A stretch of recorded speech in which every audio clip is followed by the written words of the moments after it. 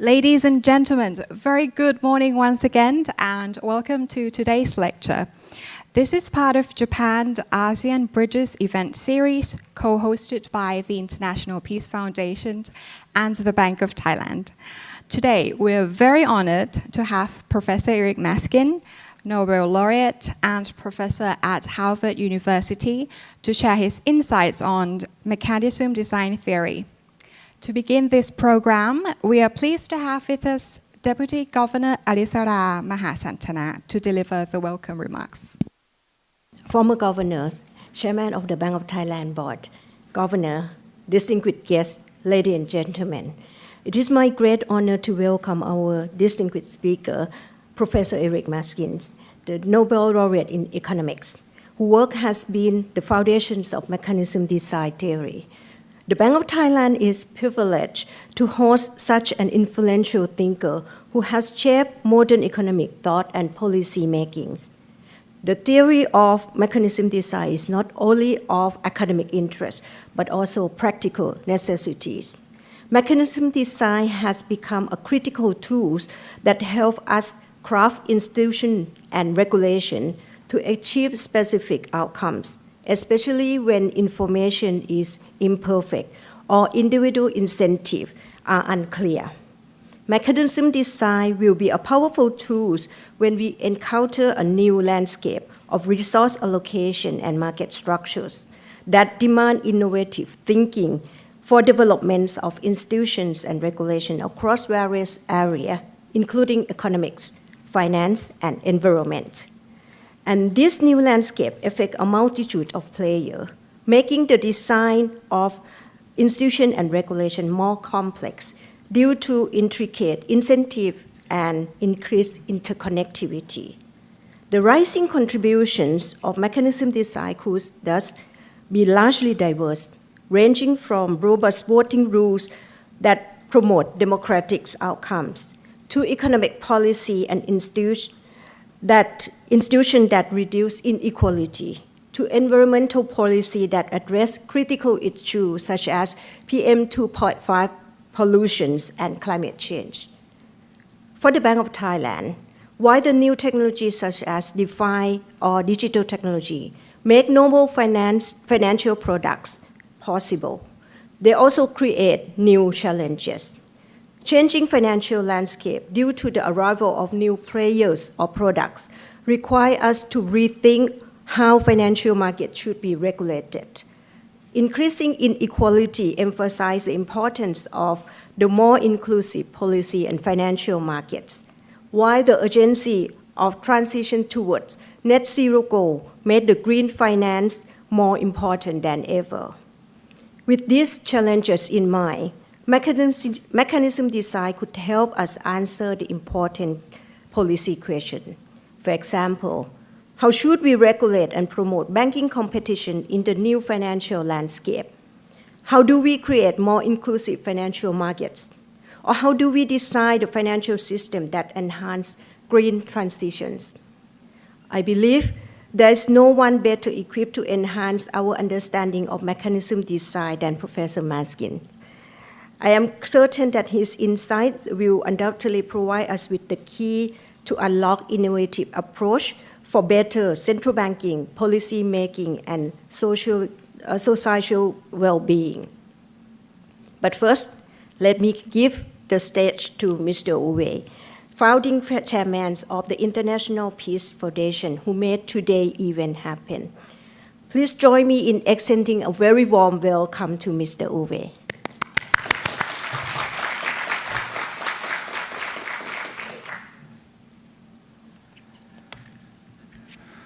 Sawadee Krap and welcome to the Japan-ASEAN Bridges event series facilitated by the International Peace Foundation. The events are hosted in cooperation with various local partners, including some of the country's major universities, and I would like to thank the Bank of Thailand for hosting our event today. Commemorating the 50th anniversary of official relations between Japan and the ASEAN region, Bridges will be continuously held in Thailand and Japan until March, involving the participation of Nobel Laureates for physics, chemistry, medicine, and economics. The Japan-ASEAN Bridges series follows the series of over 800 Bridges events, which the International Peace Foundation has facilitated since 2003 to support education in the ASEAN region. Bridges has been facilitated and established as an international, intercultural, and interdisciplinary platform for creative cultures of learning and continued education for all people. The International Peace Foundation has no concept for peace and no fixed solution how to achieve peace, but we believe that the first step towards peace is dialogue, and the first step towards dialogue is respect. The International Peace Foundation doesn't take sides, but acts as a mediator by creating an independent platform for dialogue where people meet who normally don't meet, people from all walks of life, people who speak different languages, even if they speak the same. As politicians speak another language than artists, and business and religious leaders another one, and scientists, it is seldom that they speak with each other or even work together. We live in a world where some people pretend to know the answers and solutions, how to solve problems, how to achieve peace, though the quest for peace lies in the art to pose the right questions. The International Peace Foundation believes that the interconnected problems of our world cannot be solved only by politicians, only by business, only by scientists or by religion alone, but by working together. In the Bridges event series, people from all walks of life meet in a multidisciplinary program to find creative solutions to solve problems and to achieve peace. Peace within ourselves, within our families, within social structures, peace with nature and the environment, peace between nations, cultures, and religions. Peace is a process. Dialogue is a process. It cannot be achieved instantly. It needs time. This is why Bridges is not organized as a single conference, but as a series of events of now over 2 decades, in which Nobel Laureates have built bridges with leaders in all parts of society and with the general public. Peace is not something which can be left to the elite of a few, but which needs the participation of everyone. Only if ways cross and people walking these ways meet, can international understanding be achieved and problems commonly solved. If we listen to and learn from each other, we may discover that there is not only one way to achieve peace, but that there are many ways, and certainly ways we have never thought of to go. It is my pleasure to invite you today to listen to and share your views with Professor Eric Maskin, a Nobel Laureate for Economics, who has again agreed to come to Thailand to help us build bridges. We all look forward to his keynote speech and to his important contribution towards peace. A warm welcome, Professor Maskin.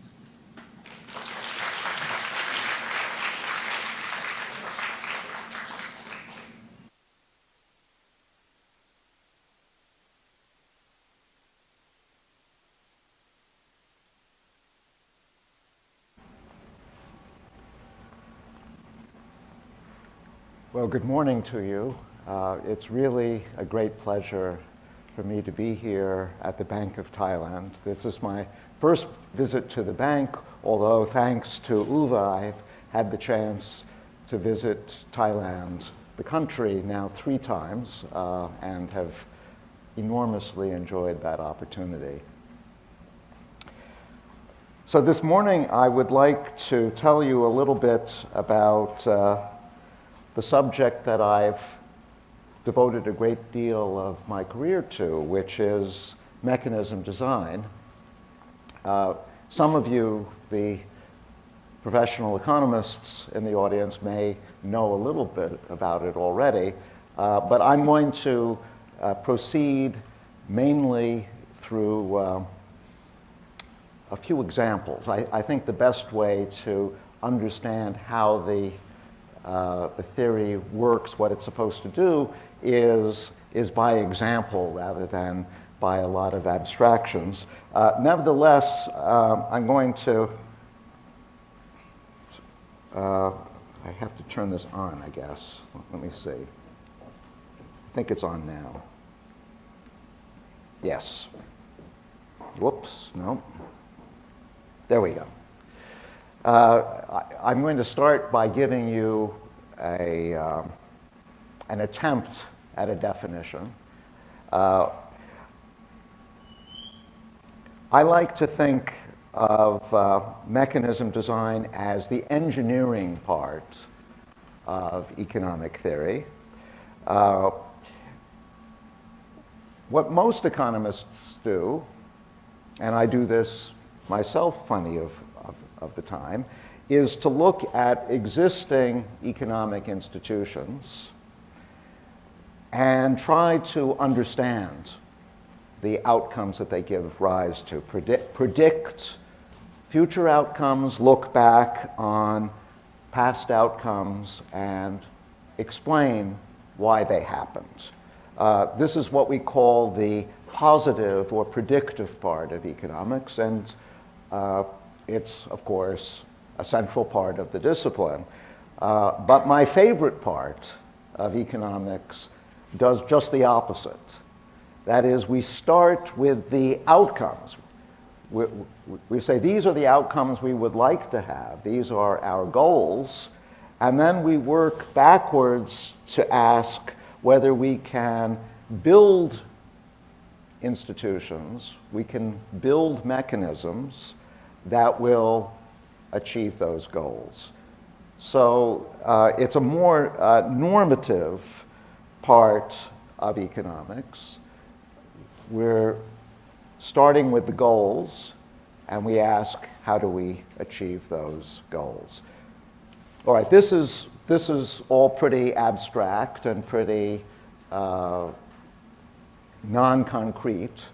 So I think it's good to ground us in a few examples. Let me turn to a very simple example to start with. Let's imagine that you're a parent, a mother or a father, and you have a cake that you want to divide between your two children. We'll call the children Bob and Alice.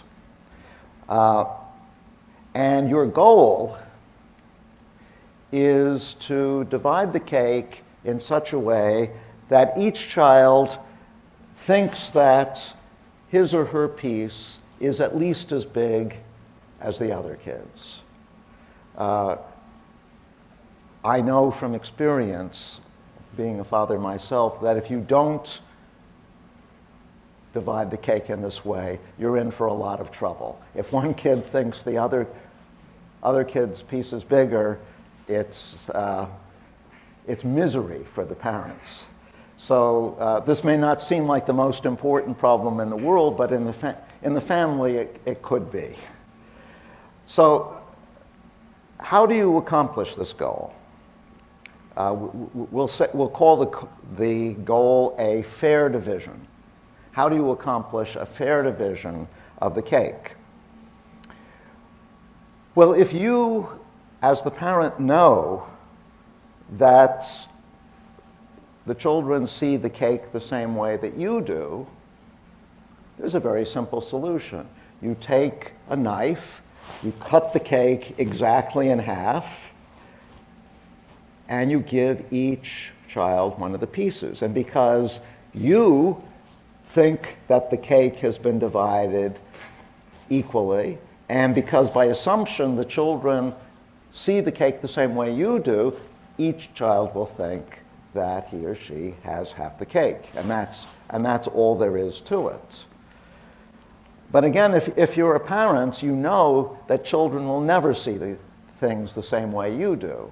So you might think that you've cut the cake exactly in half, but perhaps Bob doesn't see it that way. Bob thinks Alice's piece is bigger.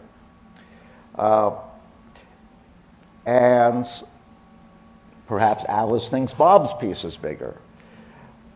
So here is the problem from the mechanism design point of view.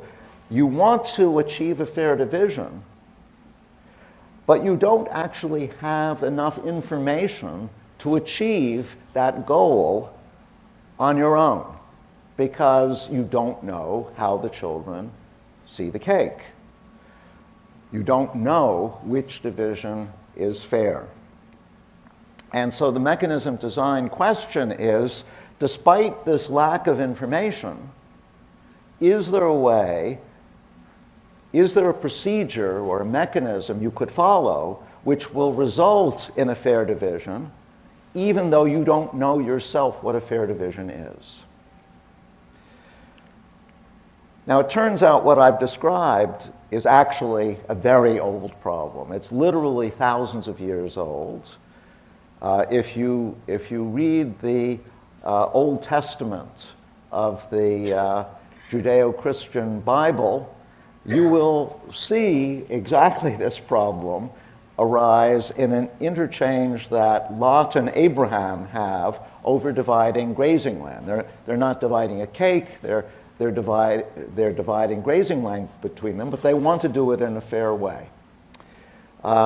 And just as the Bible poses the problem, it actually proposes a solution.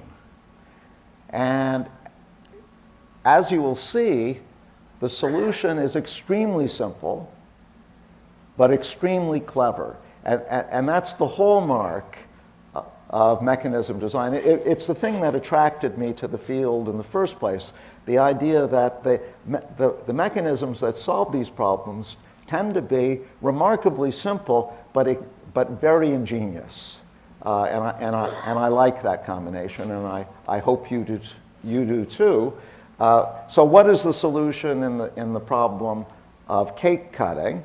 Well, it works like this. Instead of you cutting the cake, you let one of the children, say Bob, cut the cake. So you give Bob the knife, Bob cuts the cake, but then Alice chooses which of the two pieces she takes for herself. And I claim that this very simple mechanism will result in a fair division, in a division where each child thinks that they have at least half the cake. Why is this?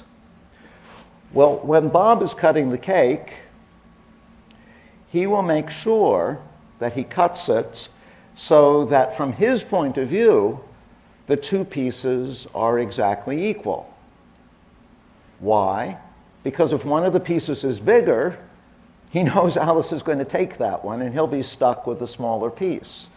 So he will make sure that he cuts the cake so that no matter what Alice does, he has at least half the cake. So Bob will think that he has a fair division. And of course, Alice will think that too because she gets to choose her favorite piece between the two. And voila, the problem is solved. So, as I said, extremely simple, but really quite ingenious. And although this cake cutting problem is itself very simple, it's already rich enough to illustrate some of the important features of mechanism design.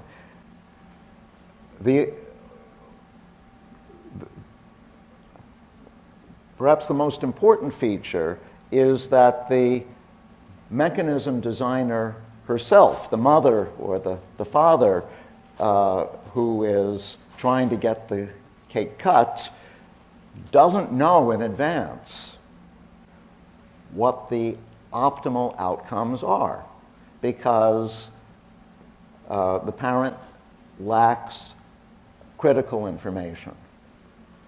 And so the mechanism itself, in this case, the divide and choose mechanism, the mechanism itself must generate the information necessary to identify the optimal outcome. So that's a very important feature of all mechanism design problems, the lack of information. And the idea that the mechanism must generate the needed information. But there's a complication, which is that there's a conflict of objective. The mother, the parents, wants to achieve a fair division, but that's not Bob and Alice's objective. Their objective is to get as much cake as they possibly can. Bob wants as much cake as he can get. Alice wants as much cake as she can get. So when designing a mechanism, you have to take into account the incentives of the participants in that mechanism. The jargon we use is that the mechanism has to be incentive compatible. And that's also a key feature of mechanism design.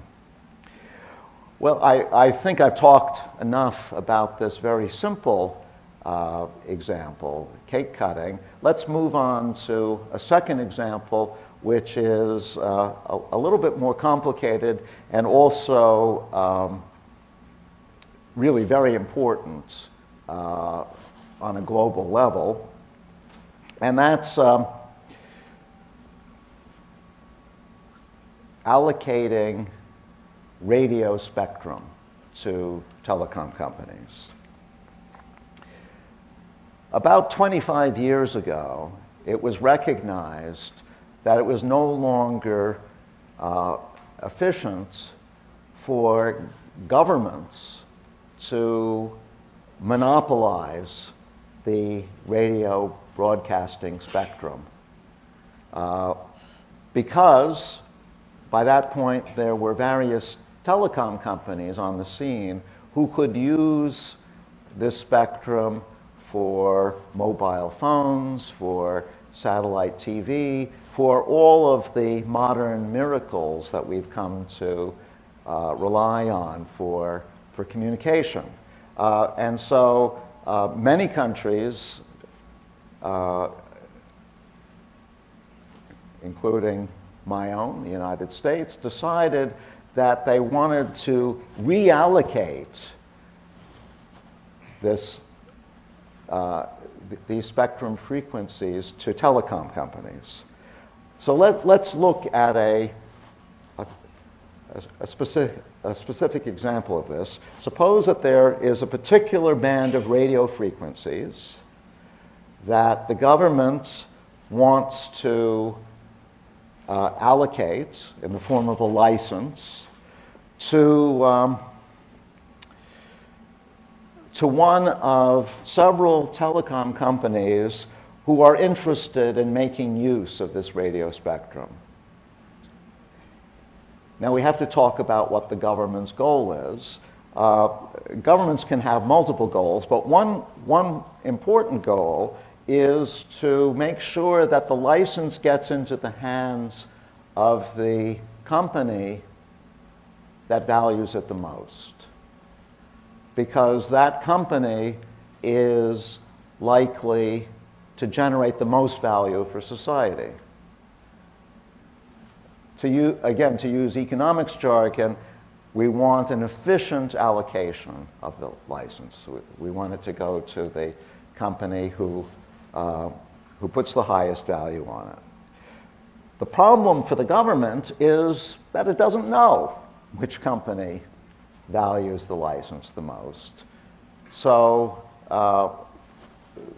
it's facing an important lack of information. So what mechanism could the government use to solve this problem? Well, the simplest mechanism might be for the government to go to each company and say, how much do you value the license? And then to award the license to the company that says that it values it the most. But you can see right away that this mechanism is not likely to work very well, because if companies understand that the company that says that it values it the most is going to get the license, they all have an incentive to exaggerate their values. They're all going to exaggerate, and there's no guarantee that the company that quotes the highest figure really does value the license the most. So this mechanism is likely to fail. Now, the government can do something a little bit more sophisticated. It could have each company make a bid for the license. A bid is a statement about how much you would be willing to pay for that license. And then the government could award the license to the company that makes the highest bid and actually have the company pay that bid. Now, this is going to stop companies from exaggerating. Because if say I'm a telecom company, say that the license is worth $10 million to me. Well, I'm not going to bid $12 million, because if I did bid $12 million and I won, I would have to pay $12 million, and that's too much. The license is worth $10 million to me. So companies won't exaggerate anymore, just as they were doing in the first mechanism.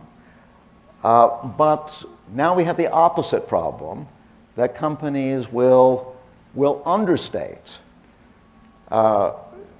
If the license is worth $10 million to me, will I bid $10 million? No, I won't, because if I did bid $10 million and I won, I'd be getting something worth $10 million, but I'd be paying $10 million, and so my net gain would be zero. So that means that every company is actually going to be underbidding, bidding less than its true value. Of course, by underbidding, you reduce the probability that you win, you reduce the probability that you're the high bidder, but at least if you win, you will be getting a positive payoff. So if you bid $8 million, say, and you win, you will have a $2 million profit, 10 million minus 8 million. But the problem from the mechanism designer's point of view is that if all of the companies are underbidding, once again, there's no guarantee that the company that values the license the most will be the one to win. So now the question arises, is there a mechanism that will get things just right? In the first mechanism, we saw that companies exaggerated. In the second mechanism, we saw that companies underbid. Can we create a mechanism where companies neither exaggerate nor underbid? They bid exactly what the license is worth to them.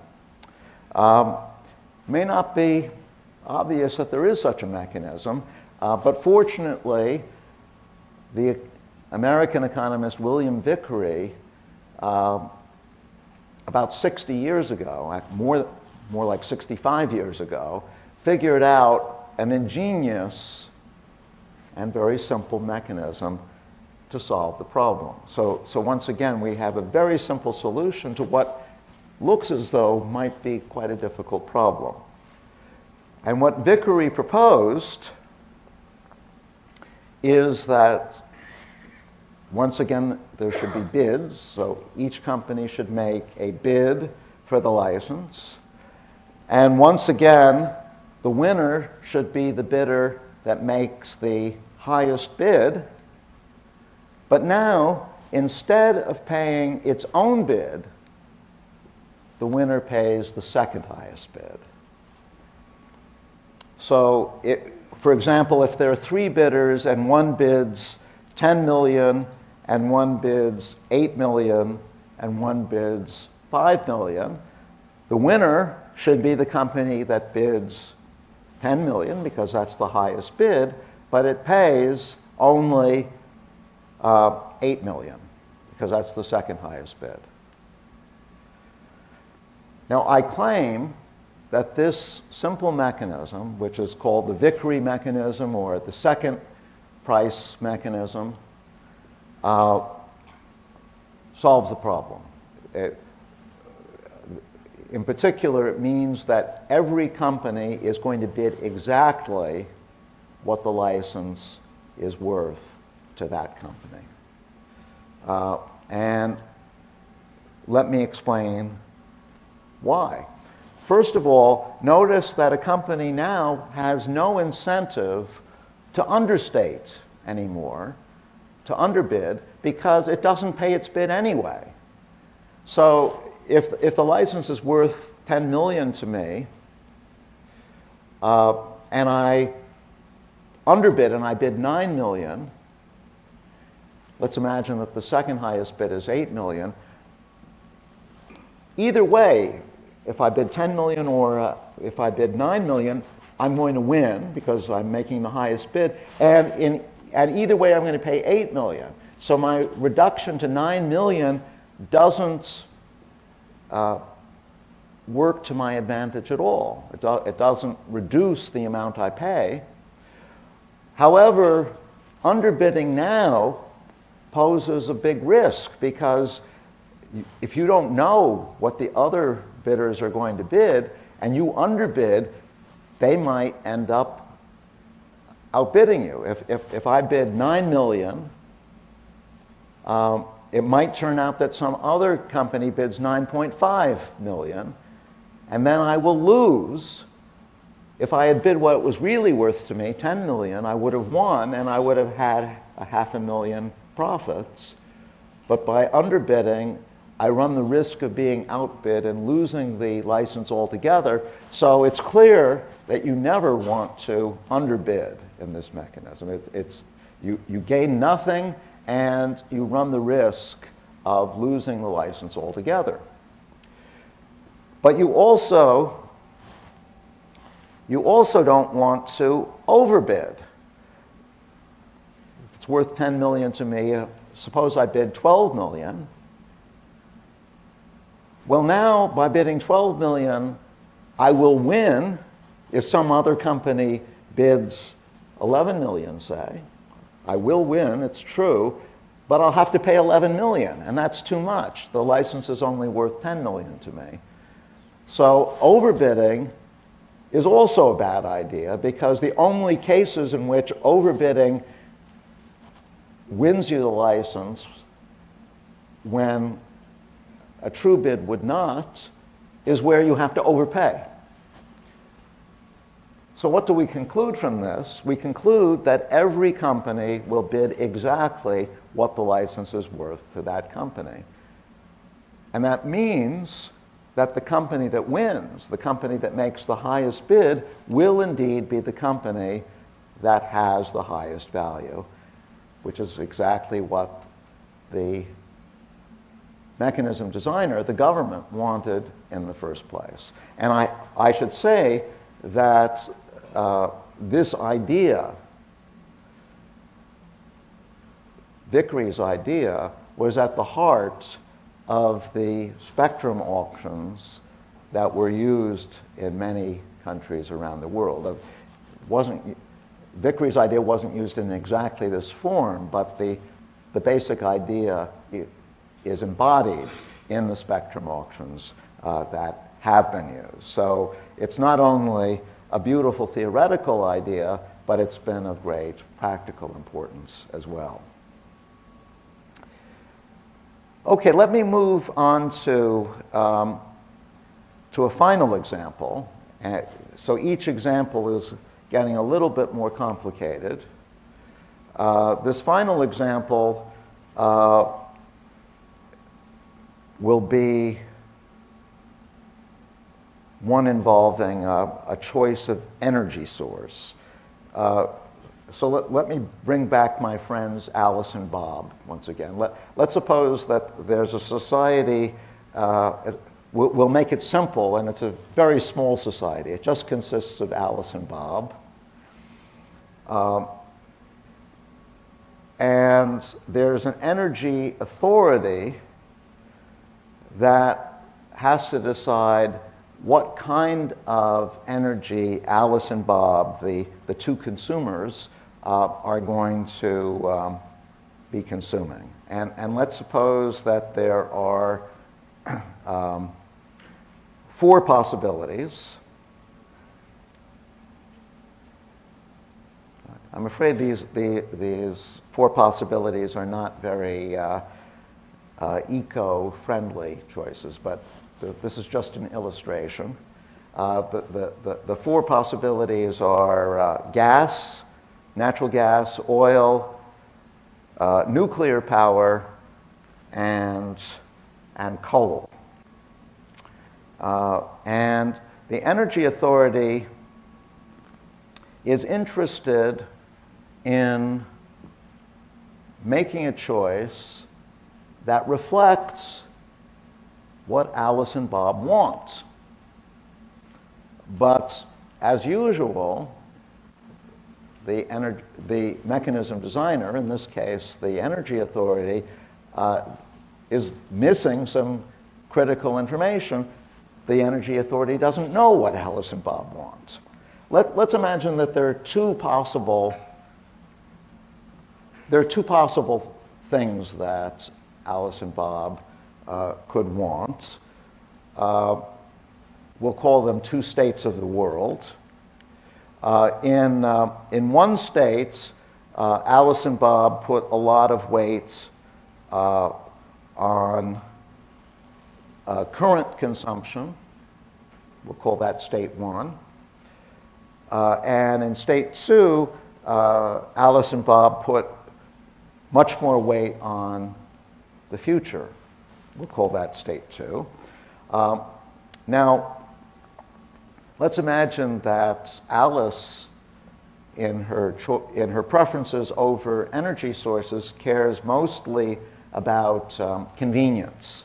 So in state 1, where she's putting most of the weight on current consumption, she likes gas the most because that's the easiest to use, and then oil, and then coal, and she puts nuclear power at the bottom because using nuclear power for her car, for example, would be extremely inconvenient. It would not be so easy to have a nuclear reactor in your car. However, in state 2, where she's looking to the future, she imagines that there will be improvements in nuclear technology which make that the most convenient, and then gas, and then coal, and then oil. So Bob, we'll imagine, cares mostly about safety, how safe the energy is to use. So in state 1, where he's looking at current conditions, he likes nuclear power the most. He thinks that's the safest, then oil, then coal, and gas he puts down at the bottom because he worries about gas explosions. But looking into the future, he would favor oil the most, then gas, then coal, and he would put nuclear power at the bottom because he worries about the safety, the long-term safety issues of disposing of nuclear waste. Okay, so I've described this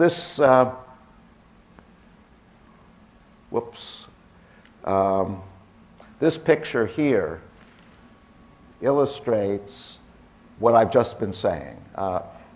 There are 2 possible states, state 1 and state 2. In state 1, this is Alice's ranking. This is Bob's ranking. And we have similar rankings in state 2. And the problem for the Energy Authority is that the Energy Authority doesn't know which state is the true state.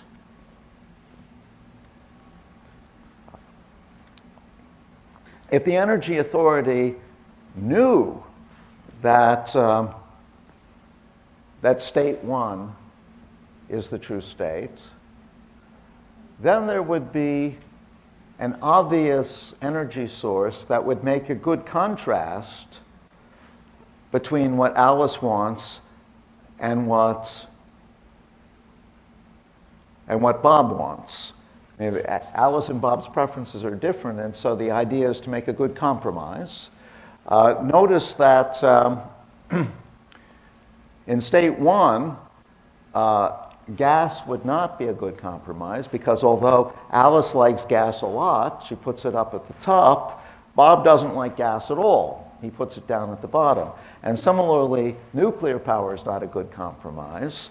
And coal is not a good compromise because both Alice and Bob prefer oil to coal. So in state 1, it's pretty clear that the right choice is oil. And going through the same kind of reasoning, it's pretty clear that in state 2, the right choice is gas. So if the authority knows that it's state 1, it wants to choose oil, and if it knows that it's state 2, it wants to choose gas. But it doesn't know what the state is. How can it find out the state? Well, again, the simplest thing to do is just to ask Alice and Bob, what's the state? But that's not going to work. And let's see why. Notice that in both states, Alice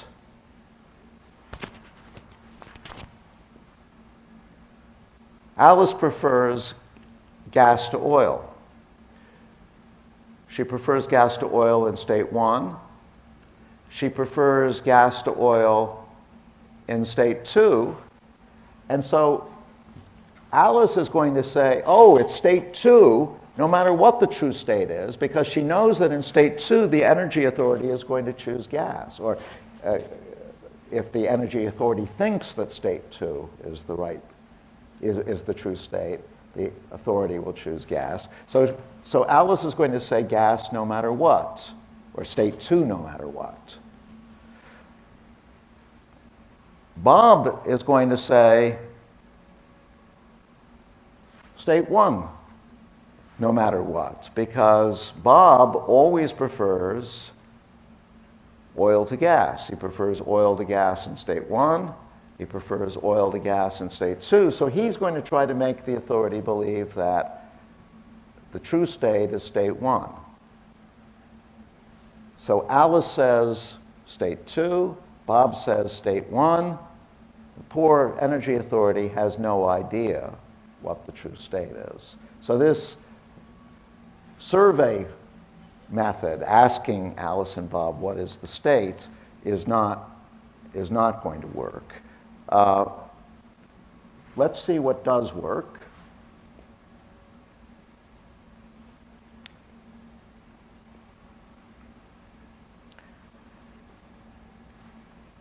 I claim that this table here works. What is this table? If you know a little game theory, you might recognize this as a game matrix or a game table, where Alice is choosing rows, the first row or the second row, and Bob is choosing columns, the left column or the right column, and the outcome, the choice of energy, is the corresponding entry in the table. So for example, if Alice chooses the top row and Bob chooses the right column, the outcome will be coal. So let's see why this mechanism solves the energy authorities problem. Alice can choose the top row or the bottom row. Bob can choose the left column or the right column. Suppose that state 1 is the actual state. Remember, Alice and Bob know what the actual state is because they know their own preferences. So let's suppose that state 1 is the actual state. Alice is going to choose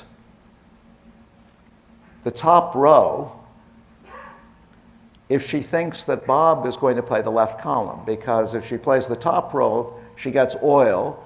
If she plays the bottom row, she gets nuclear power. And notice that Alice prefers oil to nuclear power in state 1. So if Alice predicts that Bob is going to play left, Alice is going to play top. But Bob actually will always want to play left. If Alice plays top, by going left, Bob gets oil rather than coal, but Bob prefers oil to coal. And if Alice chooses the bottom row, by going left, Bob gets nuclear power rather than gas, and Bob prefers nuclear power to gas. So indeed, Bob will choose the left column. So Alice will choose top, Bob will choose left, and the outcome is oil, which is exactly what the energy authority wanted in state 1. And by using exactly this kind of logic, it's a little bit more complicated than in the previous examples, but it's pretty straightforward. By using this same kind of logic, you can see that Alice is going to choose the bottom row, and Bob is going to choose the right column in state 2, resulting in gas. And so this mechanism, this 2-by-2 table, solves the energy authorities problem.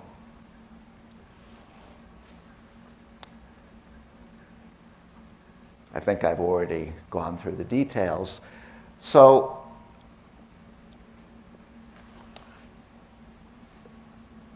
I think now touched on the 3 examples I wanted to show you. One thing that you might not find entirely satisfactory about what I've shown you, however, is that I sort of did a magic trick each time. There was a problem to be solved, and I said, here's the solution. But I didn't tell you where that solution came from. I just produced it like a magician. You might ask, is there a way, a general way, of finding a solution if a solution exists? It's actually a 2-part question. There might be some problems where there's no solution. And so you want to know when there is a solution, and if there is a solution, how to find it. And this was actually the problem that I tried to tackle early in my career, whether we could answer these questions. And I wrote a paper on this many years ago, which showed that the answer to both questions is yes. So that was my big contribution to mechanism design, and that was the thing that the Nobel Committee recognized. But I hope you realize from these examples that the potential applications of mechanism design are enormous, because there are many, many problems where we have goals in mind, but we don't have enough information on our own to achieve those goals, and so we have to create a mechanism. Let me just mention a few of those applications. And the deputy governor actually kindly mentions some of these in the introductory remarks. One is climate change. Climate change is probably the biggest the mechanism design problem we face, because we know that we have to limit greenhouse gas emissions. Everybody knows that. But finding a mechanism in which it's in each country's self-interest to go along with emission reductions is hard, because the people who design international treaties, and a treaty is a mechanism for solving the problem, people who design international treaties are lacking critical information about the various countries involved. And so the trick in solving climate change is to design a mechanism, once again, which gets all of the information out through an incentive-compatible process. That can be done. I'm confident it can be done. It has not been done yet, but when it is done, I'm sure that mechanism design will play a major role in making that happen. And then, once again, financial regulation is a critically important mechanism for making sure that financial markets don't implode the way they did in 2008, 2009. Mechanism design gives us a guide there as well. What kinds of regulations do we need to put in place? By putting regulations in place, we're actually creating a game for financial institutions to play. We want the outcome of that game, the equilibrium of that game, to have desirable properties. Mechanism design has been useful in thinking about regulations such as the Dodd-Frank Act in the US or the Basel regulations in Europe. And then finally, one of my most recent interests has been improving election systems. And I'm afraid that election systems could use a lot of improving. How is it possible in the United States to elect extremist candidates like Donald Trump? Well, one reason is that the current system in place in the US, the so-called plurality rule system, favors extremist candidates. We're actually seeing that literally today in the Iowa caucuses, where Trump finished first because his opposition all split the vote. His two primary competitors, Ron DeSantis and Nikki Haley, basically split the rest of the vote between them. There's something wrong with a voting system where extremists get elected because moderate candidates or mainstream candidates all cancel each other out.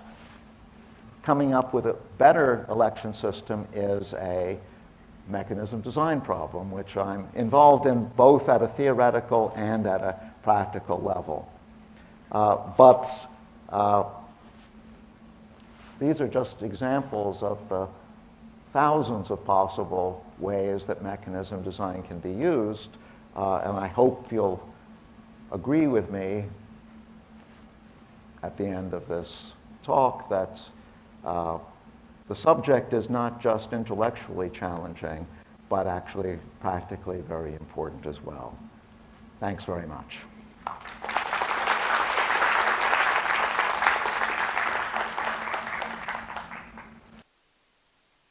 Thank you very much, Professor Maskin. Let me now pass the floor to our audience to ask questions. Please raise your hand and a microphone will be passed to you.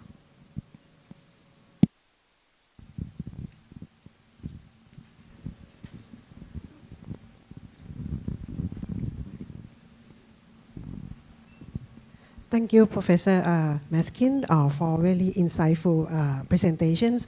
I have three questions. Maybe I would like to hear your thought about this kind of thing, how to apply the design mechanisms in the real world. The first thing that I would like to hear your thought is about the objectives of the mechanism design. Right? I think that one is very crucial to ensure that mechanism design can apply well to make the society become better. Because, for example, for the second questions or second example of yours, your objective is efficient allocations. But if the government not think in that way, you think what would happen to using mechanism design to apply in the real world? And the second one, what do you think about the reputations of the one who act to use mechanism design? For example, the first example, you talk about the mother. So if the mother have good reputations to have the fair divisions all the time in the past, do you think that that kind of reputations could help to solve the problem of fair divisions in the future or not, and not have the fight between Bob and Alice? Yeah, and the third one that I would like to hear your thought is about the second example. You talk about you do not have understate if you have good mechanisms, right, to solve the problem. But I'm not quite sure that this will happen when the bidder have the same behavior or not. If the bidder not have the same behavior, understate or overstate could still be happen. So three questions that we'd like to hear your thought. Thank you very much. Okay, well, thank you for those interesting questions. If I understood your first question, you were asking about the mechanism designer's objective. I was assuming in the second example that the objective wasn't getting an efficient allocation, making sure that the license went to the company with the highest valuation. That's not the only possible objective. For example, the government might be interested in the revenue that it can generate by selling off the license, and that's a somewhat different objective. In general, mechanism design, however, is not concerned with deciding what the right objective is. That's a job for society. The objectives are determined by citizens and their representatives in governments. They're the ones who determine what the goals should be. Mechanism design then comes in as an engineering solution to explain how whatever the goals have been selected can actually be achieved. So the mechanism design theorist like me will say, well, if your goal is this, then your mechanism should be that. But if you change your goal, then you should change your mechanism accordingly.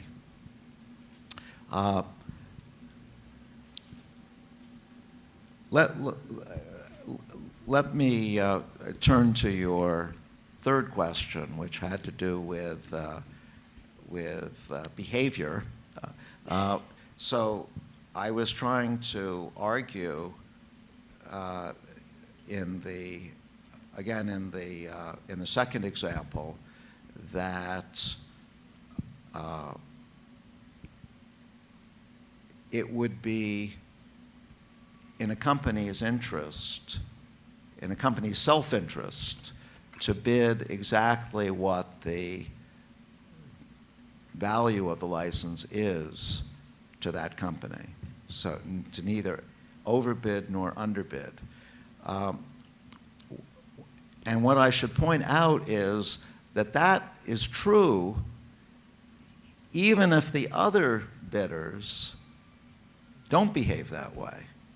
So one of the beautiful things about the Vickrey mechanism, the second price mechanism, is that if you're a participant in that mechanism, if you're a telecom company, you don't have to worry about whether other companies are bidding in an optimal way to know how you should bid.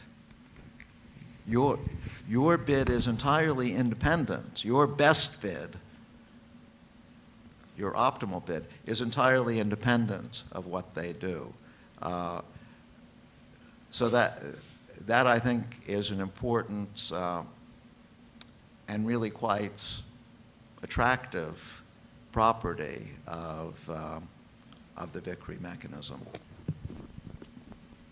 I hope that helps to answer some of your questions. I think I saw Governor Setaput's hand. Thank you very much, Professor Maskin, for a very thought-provoking talk. It was a politician, a very successful one, named, I think his name was Juncker. He was Prime Minister of Luxembourg. He once made the statement that we all know what to do, we just don't know how to get reelected if we do it. So I was wondering if, if from the standpoint of mechanism design, whether there are insights into, how to alleviate that problem. When we see around the world this kind of rise in populism, right, which from a standpoint of long-term optimization probably doesn't make a whole lot of sense. But are there any insights for mechanism design that could help shape and get a better outcome more generally? And if I could ask also more specifically, as an example of that, in the context, for example, of fiscal rules, right? What would a sensible fiscal rule be if it were designed properly by mechanism design experts?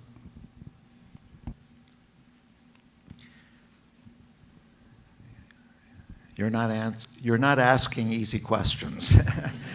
These, I don't have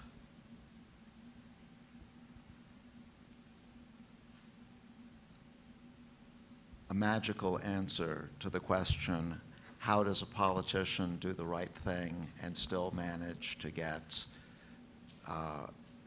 reelected? I'm afraid that mechanism design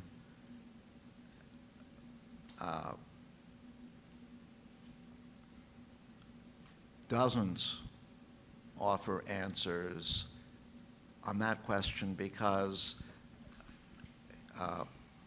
getting reelected is more a matter of perception than it is the public's perception of the politician than it is a matter of reality, what the politician actually did.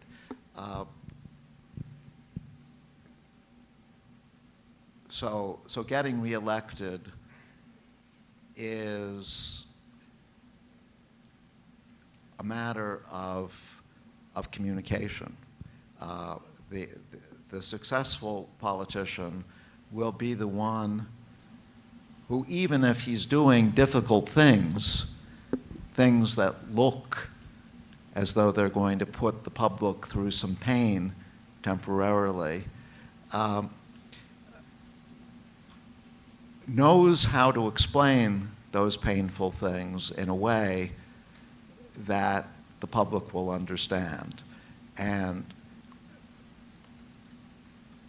in my own country, the United States, the master of that kind of communication was Franklin Roosevelt, who was president at a very difficult time in our history, the Great Depression of the 1930s, and then the huge conflict of World War II. And what Roosevelt did, and during the Depression he had to do a lot to get the economy going again. What he did was to hold fireside chats where every week people would sit down next to their radios. In those days there was no television. They would sit down next to their radios, and Roosevelt would give a little talk, not a formal speech, but a chat about what the government was planning to do, which was sometimes quite unpleasant, perhaps raising taxes in order to generate a Social Security fund, or something where citizens would have to make a temporary sacrifice, but he would explain it in a way that citizens could understand that this was actually going to work for them. That's not magic, and that's not really mechanism design, but that, I think, is how successful politicians who do difficult things still manage to get reelected. Roosevelt was reelected 3 times. No other American president has had that kind of success.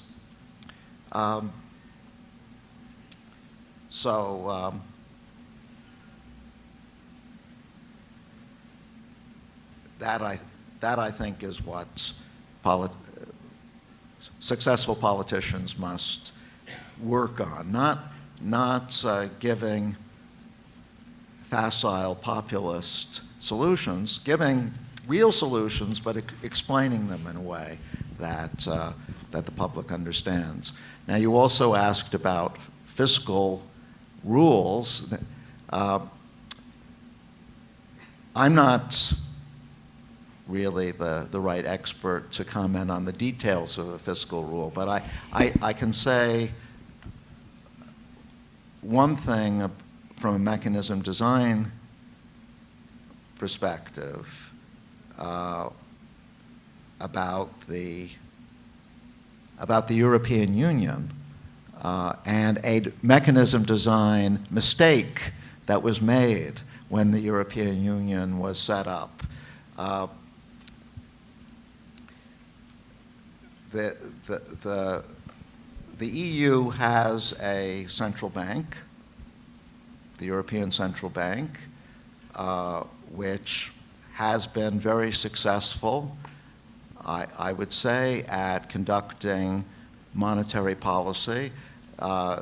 The policy that Mario Draghi pursued when he was in charge of the bank after the financial crisis of 2008, 2009 was absolutely critical to rescuing Europe from what could have been another depression. In the same way, I give a lot of credit to Ben Bernanke getting the U.S. out of a depression when Bernanke was the head of the Fed. But there was an important piece of policy potential that was missing in Europe, and that was that although there was a centralized monetary policy conducted by the bank, there was no centralized fiscal policy. There was no unification of fiscal policy in Europe. And that made life extremely difficult for some of the EU members because, take a country like Greece, for example, which was going through a debt crisis at the time. If Greece had been on its own, not part of the Union, it could have devalued its currency and got out of the crisis. But they couldn't do that because they were on the euro. And furthermore, the Union couldn't come to their rescue because they had no fiscal policy. There was no way of making transfers to Greece to get them through the debt crisis. So there was a lot of unnecessary suffering in that period due to the failure of Europe to create a mechanism for exercising fiscal policy at the level of the whole Union. Of course, each country could conduct its own fiscal policy, but that didn't solve this transfer problem. The U.S. does have a centralized fiscal policy. If you think of the U.S. as a collection of states, it has a federal government on top of that, and that gave the U.S. much more power to address the crisis of a serious recession than Europe did, and it helps explain why the U.S. came out of the recession a bit faster than Europe did. So that I think is where mechanism design plays a role in fiscal policy. I won't comment on a specific fiscal rule, though. I think we have a question from Dr. Somkiat over there. Oh.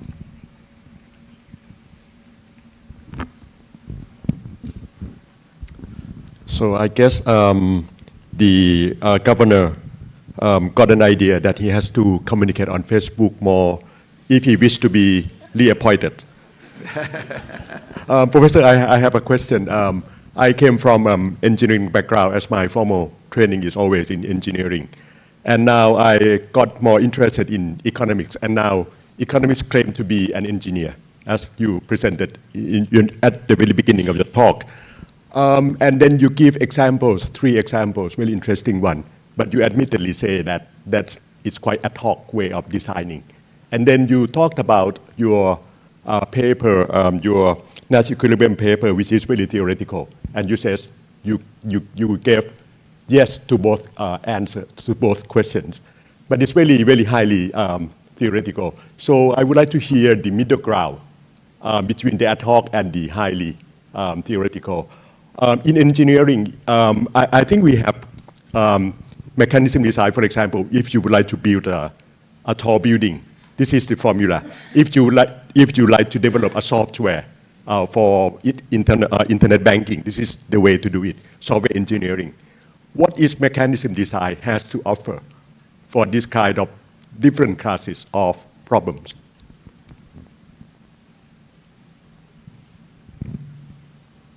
Let me make sure I understand your question. What does mechanism design Is there any more specific formula? For example, if this moral hazard problem, this is the way to solve. If this is a kind of adverse selection, this is the way to solve, something like that. Okay, so I think I understand what you're saying. I mentioned before that it's not mechanism design's job to choose the objectives. It's society's job to choose the objectives. But one way of expressing society's objective is as a function of the state. Remember the third example where there were the two possible states, and they determined Bob and Alice's preferences. You could think of the objective as choosing the best compromise between what Bob and Alice want as a function of the state. So the objective is a function. The way that mechanism design works is to take that function, whatever it is, and create a mechanism around it.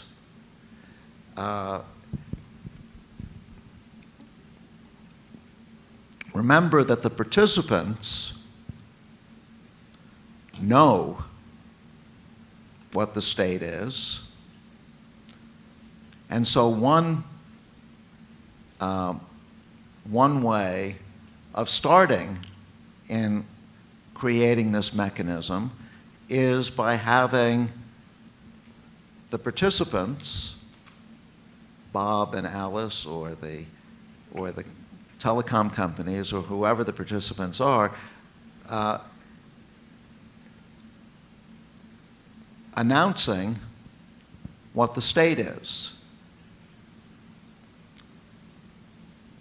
But then the trick is getting them to announce the true state.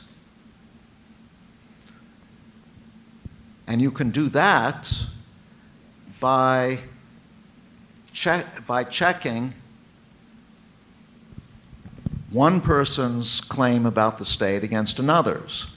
If say there are three participants, if two of them say that it's state one and the third says that it's state two, well, the third has to produce more evidence than the other two, because the third is in a minority.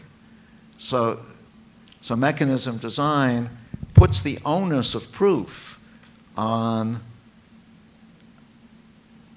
minority participants. If they're going to claim that what they say is correct as opposed to what the majority is saying, they have to prove it. So perhaps that gives you some idea of how to take objectives and put them into practice in a mechanism. But it is the details are complicated enough so that this is probably not the right time to get into that into a full-blown technical discussion. I hope you get at least a rough idea. We have Dr. Phumchai over here, and then we'll move to the gentleman over there later. Kick up. It's an honor to be here. I have a question on the practical side. I think one of the most exciting things in the past 2-3 years is the fact that now the in-person, envy-free cake cutting problem has actually been solved. And of course, we're sitting in a room full of central bankers, and everybody's thinking that has immediate application in terms of distressed debt resolution. Given, I'm not a game theorist by any stretch of imagination, but given that the in-person envy-free cake cutting does require sort of like iterative involvement of the bidders, whereas with distressed debt, maybe the central bank or some kind of central authority has to do the pre-partitioning before offering it to the debt consortium. How do you think we can, overcome that kind of gap or that kind of a disconnect between the interactive involvement of the bidder and the central authority trying to, resolve a portfolio of distressed assets?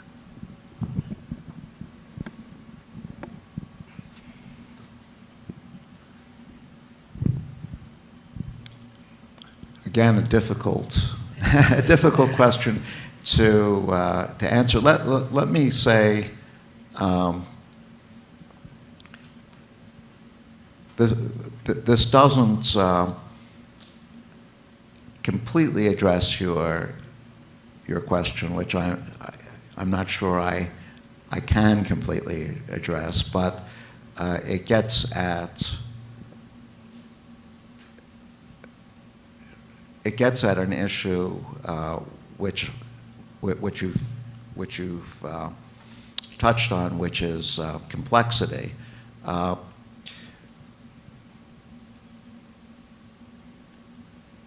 If society has very complicated goals, then the mechanisms for solving, for achieving those goals, could themselves be very complicated.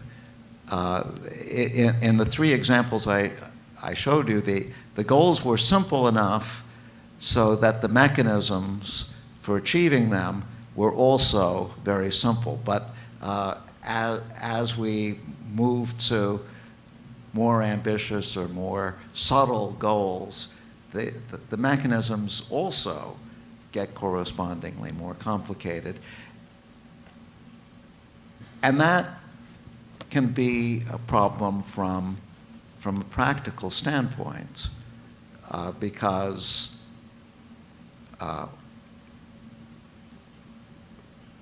regular people who are not used to doing extremely complicated game theoretic calculations in their daily lives, want simple mechanisms. And so one of the major themes of mechanism design in recent years has been how to design mechanisms which don't necessarily achieve the full optimum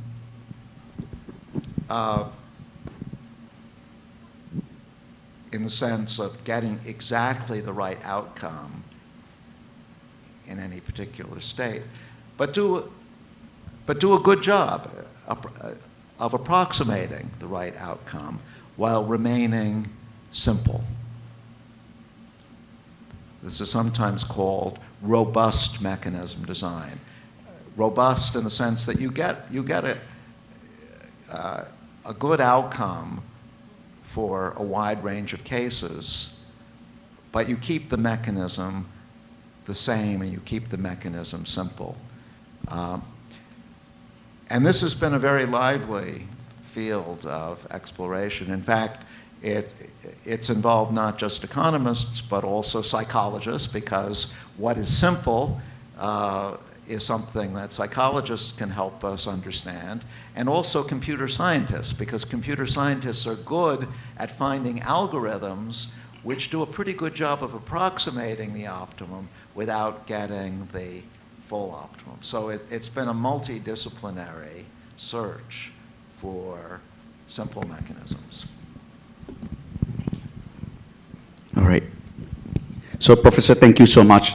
My name is Piyachat Isalapakdi. So, same to Dr. Somkiat. We are engineer turned to be interested in the economics. So, I have two questions for you. The first one is about role. So, basically, I think what you have demonstrated will be working very well in the context of what we have known in terms of factors and details. But for example, in our country, that market has been liberalized for a while, and the power is no longer belong to the so-called market designer. So, for example, for your example, if it does happen that Bob, who is the participant, would like to be the mechanism designer, will that be something changed in terms of theories and approach? Because the objective that they want to create the mechanism that work for a list and work for the government who is known to be the authority are different. This is about the role. And the second one is about dynamism of information. For example, I am a fellow of the Global Future Council of Energy Transition World Economic Forum, and we debate a lot regarding to energy transition the trilemma, so-called. You need to do security, affordability, sustainability, because we have too many stakeholders in the game. So when it comes to many stakeholders and you cannot define the table like you shown in the presentation, how the mechanism design work with that dynamism of information? Thank you very much.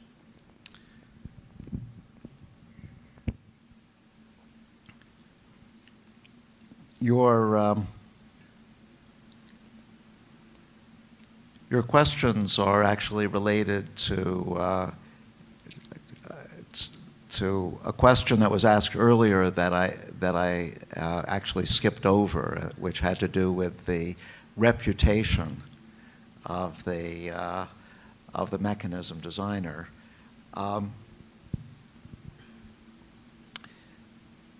Let me try to answer that previous question together with what you were asking about Bob wanting to be the mechanism designer himself.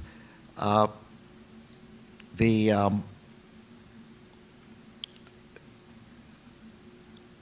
first thing to say is that the principles of mechanism design apply even if there is no mechanism designer per se in the picture at all. That is, suppose that you and I were interested in doing business together and we wanted to draw up a contract which would govern the way that we transacted in the future. The contract would become the mechanism. Now, there's no third party in that story who is designing the mechanism for us and then imposing it the way that the mother imposes the divide and choose mechanism on Alice and Bob. We are writing the contract together, but the theory of mechanism design still applies to what we put into the contract. We know that at some point later on, we will get information. I mean, suppose you are building a house for me. Suppose that's our interaction. At the time we write the contract, we don't know all the details about the land that the house is going to be built on. Perhaps it will turn out that it will be impossible to build a 3-story house. It has to be a 2-story house because the land can't support 3 stories, something like that. Well, we have to allow for that eventuality in the contract. There have to be contingencies depending on the state that we don't know right now. So even if there is no mechanism designer per se, or even if there are many stakeholders involved in the contract, the principles of the theory are still the same. As long as those stakeholders can negotiate a set of goals, these goals will be some sort of compromise among the stakeholders. As long as they can negotiate a set of goals, the theory can then take over and tell us how those goals can be achieved in a contract or or some other kind of mechanism. Now let me come back to the earlier question about reputation of the mechanism designer. One thing that we always worry about, when I say we, I mean citizens of a country worry about is the mechanism designer changing the rules on us after the mechanism has started. If I'm, say, an investor, and I'm thinking of investing in some project in Bangkok, after I put my money into that investment, I don't want the government of Bangkok to turn around and say, oh, actually, you're going to have to double your investments, or we're going to confiscate your money, something like that. In other words, for mechanism design to work, there has to be some kind of commitment that the rules of the mechanism won't change once the mechanism has started. Or if they do change, they change only according to a mutual consent. The mechanism designer can't make the changes unilaterally, because otherwise you don't get investment in the first place. So if I'm afraid that you're going to change the rules on me after I've made my investment, I'm probably going to decline to invest in the first place. So commitment to mechanisms is critically important for them to work. And one important way of getting commitment is through reputation. If the government of Bangkok is well known for sticking to its word and not changing the rules, that's going to make investment much easier. Cultivating a good reputation for sticking to rules is critically important to making mechanisms work. This is the last question for today. Thank you very much, Professor Maskin. And now may I invite Deputy Governor Arisara to present our speaker with a token of appreciation and take a commemorative photo in front of the stage, please.